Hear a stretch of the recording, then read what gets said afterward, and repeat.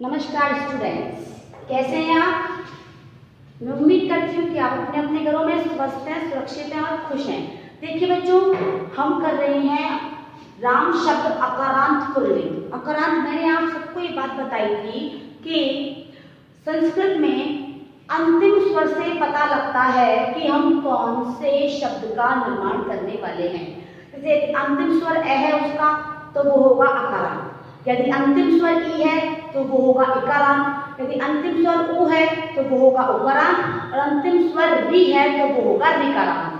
तो अकारांत, उकारांत, ऋकारांत और इकारांत, ये चारों ही में आपको करना क्या है। देखिए, तीनों ही लिंगों में इनके रूप चलते हैं।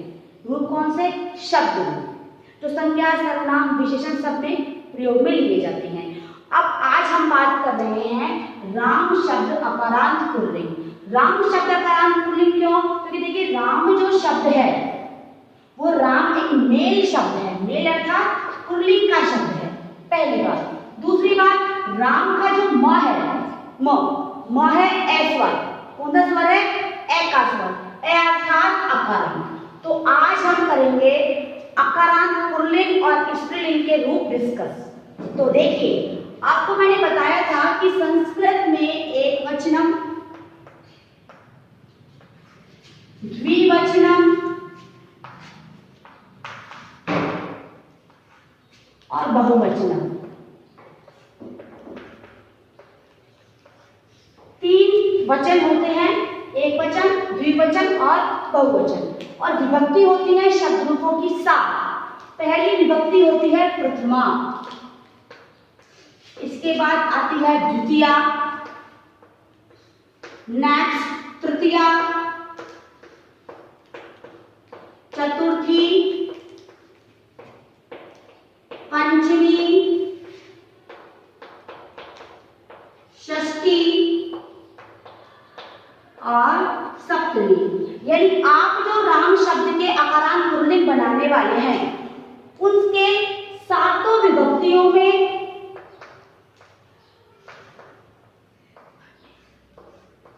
और तीनों वचनों में रूप चलेंगे। अब मैं आपको यहाँ एक राम शब्द बना के दिखाऊंगी और उसके बाद करेंगे हम अकारांत पुल्लिंग के और भी रूप डिस्कस। देखिए, राम का पहला रूप होता है राम है, उसके बाद रामौ और रामा। राम है, रामौ, रामा, रामम, रामौ, रामान। तृतीया में रूप होता है इसका रामेण, रामाभ्याम एंड रामई। चतुर्थी में बच्चों रामायण, रामाभ्याम ही होता है, तो हम यहां भी क्या लिखेंगे? रामाभ्याम। आप चाहें तो इसकी जगह हम ये वाला साइन लगाते हैं ना हम लोग, जो ऊपर है वो नीचे, वो भी यूज कर सकते हैं। बट ये इसलिए ठीक है ताकि जब आप बार बार लिखेंगे तो आपको क्या होगा? याद हो जाएगा। रामाभ्याम, रामेभ्य। रामान पंचमी का रूप है, पंचमी एक वचन का। पंचमी द्विवचन का रूप होता है बच्चों रामाभ्याम, और पंचमी बहुवचन का रूप रामेभ्य की तरह, सेम वही चतुर्थी की तरह रामेभ्य। षष्ठी विभक्ति का रूप होता है रामस्य, षष्ठी द्विवचन रामयो और षष्ठी बहुवचन होता है रामाणाम। इसके बाद देखिए, सप्तमी में होता है रामे, ये रामयो वापस रिपीट होगा, और रामेशु। अर्थात ये आपके हैं राम शब्द अकारांत पुल्लिंग। अब राम शब्द अकारांत पुल्लिंग को आप ध्यान से देखिए। अब इसकी तरह जितने भी शब्द होते हैं, जितने भी शब्द, उन सभी शब्दों के रूप सेम एज इट इज बनेंगे। जैसे मान लीजिए हम बात करते हैं बालक की, बालक का अंतिम स्वर क्या है? अ। हम बात करते हैं रमेश की, श्याम की, सुरेश की। यानी आप देखिए, कोई भी मेल नेम हो, यानी कोई भी पुल्लिंग का नाम हो, और उसका अंतिम स्वर यदि अ है तो उसके रूप ऐसे चलेंगे। जैसे हम बालक के करते हैं तो बाल क्या है, बालकौ बालका, बालकम बालकौ बालकान, बालके बालकाभ्याम बालकै, बालकाय बालकाभ्याम बालकेभ्यः, बालकान् बालकाभ्याम बालकेभ्यः, बालकस्य बालक्यो बालकानां, बालके बालयोक्यो और बालेषु। मान लीजिए आप कर रहे हैं रमेश के रूप, आपसे कोई रमेश के रूप बनाने को कहे तो रमेश के अकारांत पुल्लिंग के रूप बनेंगे बच्चों। रमेश है रमेशहु रमेशा, रमेशम रमेशौ रमेशान, रमेशे रमेशाभ्याम रमेशै, रमेशाय रमेशाभ्याम रमेशाभ्यः, रमेशा रमेशाभ्याम रमेशेभ्यः, रमेशस्य रमेशियो रमेशानां, रमेशे रमेशियो और रमेशु।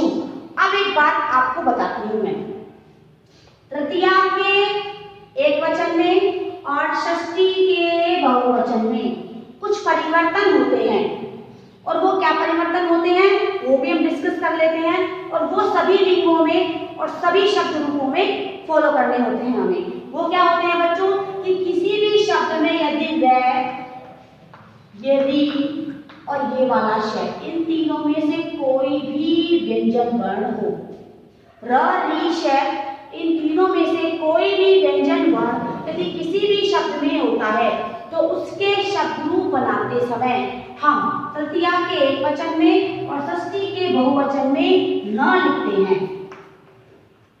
इसके अलावा किसी के भी रूप हो, जैसे फॉर एग्जाम्पल बालक के रूप में लिखें तो हम यहाँ बाल के नहीं, हम यहाँ लिखेंगे बाल के, यानी ये वाला न आता है, ये वाला न, इनके साथ ये वाला न और उसके अलावा ये वाला न। रामानाम में भी हम वहां क्या लिखते, बालका नाम। बात समझ में आ रही है आपको मेरी कि ये तीन जो व्यंजन वर्ण हैं, ये तीन व्यंजन वर्ण या तीनों में से कोई भी एक किसी भी शब्द में यदि आपको मिलता है तो उसके शब्द रूप बनाते वक्त बच्चों आपको तृतीया के एक वचन में और षष्ठी के बहुवचन में क्या करना है, ये ना लिखना है ना, ठीक है। और उसके अलावा जैसे मान लीजिए देखिए श्याम है, श्याम और ये बालक, इन दोनों में क्या लिखेंगे, श्यामे और श्यामनाम। रमेश और सुरेश में र है तो यहाँ रमेशे रमेशानाम।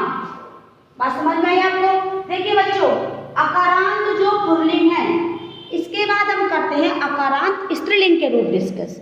ओके चलिए देखिए बच्चों, राम शब्द अकारांत पुल्लिंग के बाद अब कर रहे हैं हम रमा शब्द अकारांत स्त्रीलिंग। तो देखिए रमा, रमे, रमा। अब देखिए इन दोनों में कोई अंतर नहीं है, लेकिन इसमें विसर्ग नहीं है और उसमें विसर्ग है। जब विसर्ग नहीं हो, मूल शब्द हो, तो आप समझेंगे प्रथमा विभक्ति का एक वचन, और जब विसर्ग के साथ हो तो प्रथमा विभक्ति का बहुवचन। रमा, रमे, रमा, रमा, रमे, रमा, रमिया, रमाभ्याम, रमाभि, रमाये, रमाभ्याम, रमाभ्यः,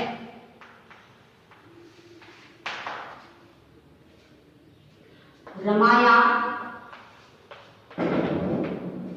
रमाभ्याम, रमाभ्यः,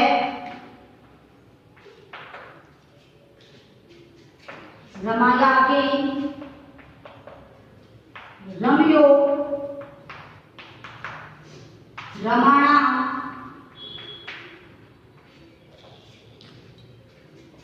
रमाया, रमयो, रमासु। अब देखिए ये लिखे हैं हमने अकारांत स्त्रीलिंग के रूप। अकारांत स्त्रीलिंग के जो रूप है इसका अंतिम स्वर है आ। तो बच्चों जैसे हम लिखते हैं बालिका, हम लिखते हैं लता, हम लिखे नौका, हम लिखे कन्या। तो देखिए बालिका है, लता है, नौका है, कन्या है, इन सभी शब्द जो हैं इन सभी के रूप कैसे चलेंगे बच्चों? इन सभी के रूप चलेंगे रमा शब्द अकारांत स्त्रीलिंग की तरह। जैसे हम बालिका के लिए बनाते हैं तो बालिका, बालिके, बालिका, बालिका, बालिके, बालिका, बालिका, बालिकाभ्याम, बालिकाभी, बालिकयै, बालिकाभ्याम, बालिकाभ्य, बालिकाएं, बालिकाभ्याम, बालिकाभ्य, बालिकाएं, बालिकयो, बालिकानाम। अब देखिए ये जो नाम वाली बात है जो मैंने आपको पुल्लिंग में बताई है कि र, री और श इन तीनों शब्दों के साथ, सॉरी तीनों वर्णों के साथ, यदि तीनों वर्णों में से कोई भी एक वर्ण किसी भी शब्द में आता है तो वहां पर हम तृतीया के एक वचन में और षष्ठी के बहुवचन में ये न नहीं लिखते, हमेशा ये वाला न लिखते हैं। एक नियम तो बच्चों ये है जो सब में फॉलो होता है तृतीया के एक वचन में और षष्ठी के बहुवचन में। एक नियम बच्चों ये वाला है रमासु। जब हमने राम का रूप लिखा था तो हमने लिखा था रामेशु, उसमें हमने ये वाला श लगाया था। लेकिन जब हमने रमा का रूप लिखा है तो हमने लिखा है रमासु, ये वाला श लगाया। तो कंफ्यूज ना हो कि ये वाला श कब आता है, ये वाला श कब आता है। बहुत सिंपल है, देखिए ए और आ के बाद इन दोनों स्वरों के बाद हमेशा ये वाला श आएगा। क्लियर?